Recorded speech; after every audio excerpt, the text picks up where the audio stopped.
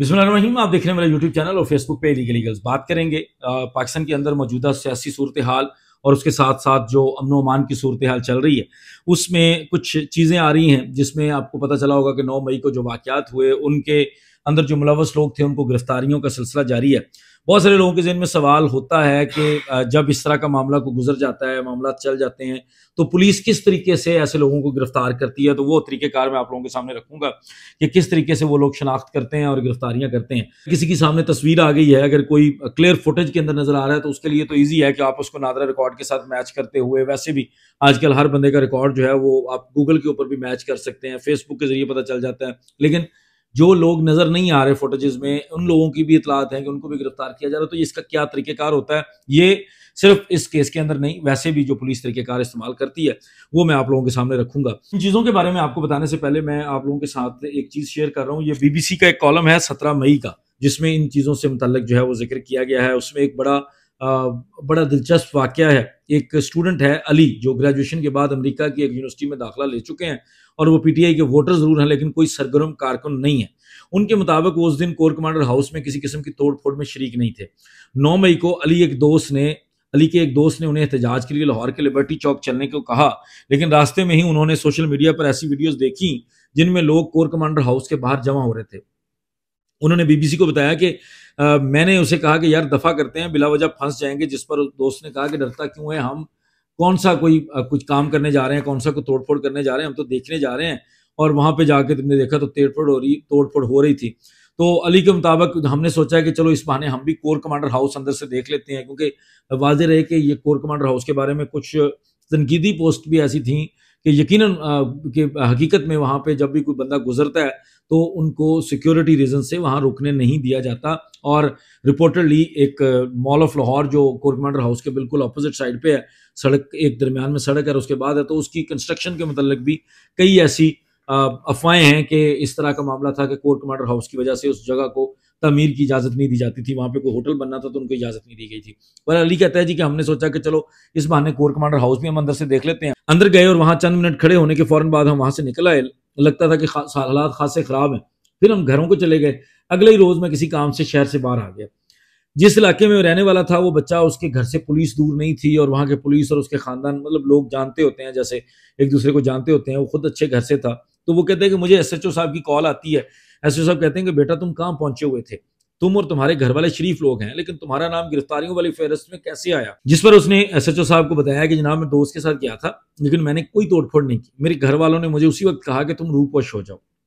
अली के मुताबिक उसके घर वालों ने जाकर माफी मांगी, फौज में मौजूद कुछ जानने वालों के जरिए भी कहलवाने की कोशिश की और वकीलों को भी इस मसले में शामिल किया, लेकिन हर तरफ से यही जवाब मिला कि लड़का तो आपका गिरफ्तार होगा। उन्होंने ये कहा कि जी हम ये रियायत कर सकते हैं कि लड़के के अलावा उसके घर वालों को किसी को गिरफ्तार नहीं किया जाएगा, लेकिन लड़के की गिरफ्तारी जो है वो हर हाल में होगी, उस बंदे को तो हम पकड़ेंगे। इसी तरह अली जैसे और भी कई अफराद जो है वो कोर कमांडर हाउस के हमले के दौरान जो है वहां मौजूद थे, उनके नाम भी उन गिरफ्तारियों की फहरिस्त में आए हैं।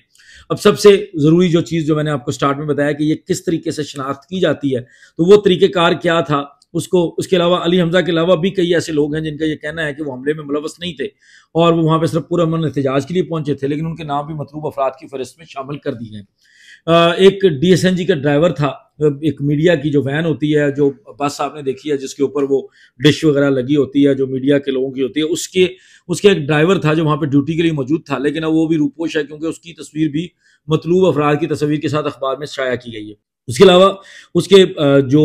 दफ्तर वाले लोग हैं उनका मानना है कि जब तस्वीर अखबार में आई तो उन्होंने पूछा कि तुम अंदर क्या करने गए थे, तो उसने बताया कि मैं तो सिर्फ खड़ा देख रहा था कि हो क्या रहा है, जिसकी वजह से मैं भी कैमरों की जद में आ गया। तो असल सवाल है कि पुलिस ऐसी जगहों पर शनाख्त करती कैसे है। जियो फेंसिंग एक तरीकेकार होता है। पुलिस के पास एक टूल है कि वो जियो फेंसिंग के जरिए वहां पर जिस एरिए को वो देखना चाहते हैं वहां पर वो जियो फेंसिंग करते हैं, और ये एक टेलीकम्युनिकेशन के थ्रू, एक आईटी के थ्रू, अब इसको जदीद जो टेक्नोलॉजी है उसके जरिए ये की जाती है। और ये आईजी पंजाब ने बताया भी है कि उस एक तो सेफ सिटी के कैमरे हैं, पूरे शहर के अंदर हर जगह पर सेफ सिटी के कैमरे लगे हुए हैं, उनके जरिए भी वो लोगों की शिनाख्त कर रहे हैं। कोर कमांडर हाउस के जो आप लोगों ने मोबाइल से फुटेजेस लोगों की बनी देखी हैं वो तो बन गई, लेकिन उसके अलावा भी बहुत सारी जो फुटेजेस हैं, जो सीसीटीवी फुटेजेस जो आपने देखे होंगे, सेफ सिटी के कैमरे, जिस जगह से भी आप गुजर रहे थे, जहां जहां पर सेफ सिटी के कैमराज जो मौजूद थे, वहां से उन कैमराज ने लोगों को जो है वो उनका डेटा इकट्ठा किया, उसके बाद लोगों को गिरफ्तार करने के लिए वो सारी चीज़ें प्रोवाइड की। अब वो जो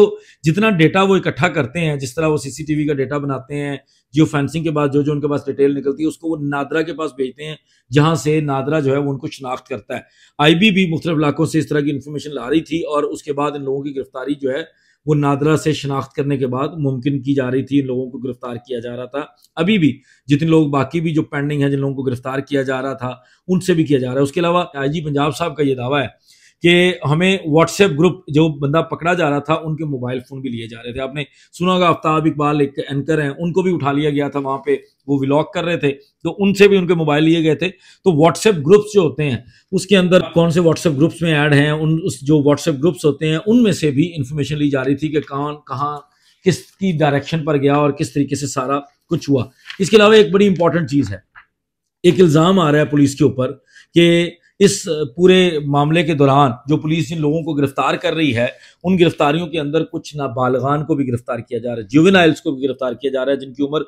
18 साल से कम है। लेकिन इस पर आईजी पंजाब जो पुलिस है वो ये कहती है कि जी हमारे पास कम उम्र बच्चे नहीं है, हमने 18 साल से कम उम्र जो है वो कोई भी बंदा गिरफ्तार नहीं किया। लेकिन वालिदैन की तरफ से क्लेम भी किया गया, लाहौर के पीटीआई के सदर शेख इम्तियाज, उनका बेटा जो 16 साल था उसको भी किसी मामले में गिरफ्तार किया गया था, जिसके बाद लाहौर हाईकोर्ट के अंदर पेश किया गया और उनको बाजियाब लाहौर हाईकोर्ट ने करवा लिया था पुलिस से, उनकी हिरासत से उसको आज़ाद कर दिया था। उसके अलावा बहुत सारी खवातीन जो हैं वो गिरफ्तार हुई और तरह तरह की न्यूज़ इस वक्त गर्दिश कर रही हैं कि जो जो लोग गिरफ्तार हो रहे हैं उनके साथ तशद्दुद भी हो रहा है। लेकिन ये सारे मामलात के अंदर पुलिस के ऊपर एक एलिगेशन और भी आ रहा है। मुझे सारी जो बीबीसी की रिपोर्ट है बड़ी दिलचस्प है, जिसमें वो ये कहते हैं कि ये चूंकि फौजी तनसीबात का मामला था तो फौजी तनसीबात का मामला होने की वजह से पुलिस के ऊपर जो है वो मिलिट्री की तरफ से शायद कोई प्रेशर है, लेकिन जिसमें तमाम जो लोग हैं, जो पुलिस है, वो सारे लोग कह रहे हैं कि हम अपना काम जो है वो बिल्कुल खुद कर रहे हैं। जो लॉ एंड ऑर्डर की सिचुएशन की जिम्मेदारी हमारी है, जो जराइम को कंट्रोल करना जिम्मेदारी हमारी है, हम उसको उसी तरीके से अदा कर रहे हैं।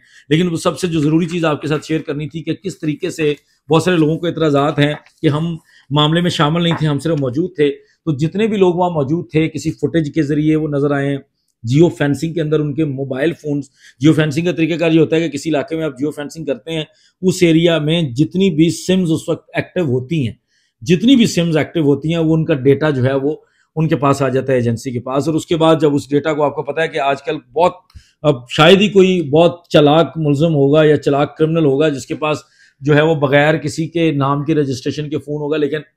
इस वक्त कोई मोबाइल कंपनी जो है वो बगैर बायोमेट्रिक के कोई सिम इशू नहीं करती, तो हर बंदे की शनाख्त जो है वहां से हो सकती है। हाँ, वो ये जरूर हो सकता है कि अगर मैं किसी और का फोन यूज कर रहा हूं तो वो बेचारा फंस जाए और वो जो असल बंदा है वो बच जाए, तो ऐसा मुमकिन हो सकता है। लेकिन अदरवाइज जितने भी फोन वहां पर ऑन थे उसमें बहुत सारे लोग अब पिटिशंस फाइल कर रहे हैं। कुछ मीडिया पर्सन्स को भी इस गलतफहमी की बुनियाद पर उठाया गया, क्योंकि डिजिटल मीडिया के बहुत ज़्यादा लोग होते हैं, जो मेन स्ट्रीम आपका मीडिया होता है उसके तो बहुत कम चीदा चीदा लोग होते हैं, उनकी शिनाख्त की जा सकती है। लेकिन डिजिटल मीडिया का क्योंकि बहुत ज़्यादा लोग होते हैं जो डिजिटल मीडिया से वाबस्ता होते हैं, तो उन लोगों की शिनाख्त भी इसी तरीके से हुई और बहुत सारे लोग गिरफ्तार भी हुए जिनको बाद में छोड़ा जा रहा है और कुछ लोग अदालतों से रुजू भी कर रहे हैं। और अभी भी कुछ लोग पिटिशंस फाइल कर रहे हैं कि हम वहां क्योंकि कवरेज के लिए मौजूद थे तो हमें जो है वो उस चीज़ में शामिल ना किया जाए। मजीद इसी जो सूरत हाल है कि आर्मी एक्ट के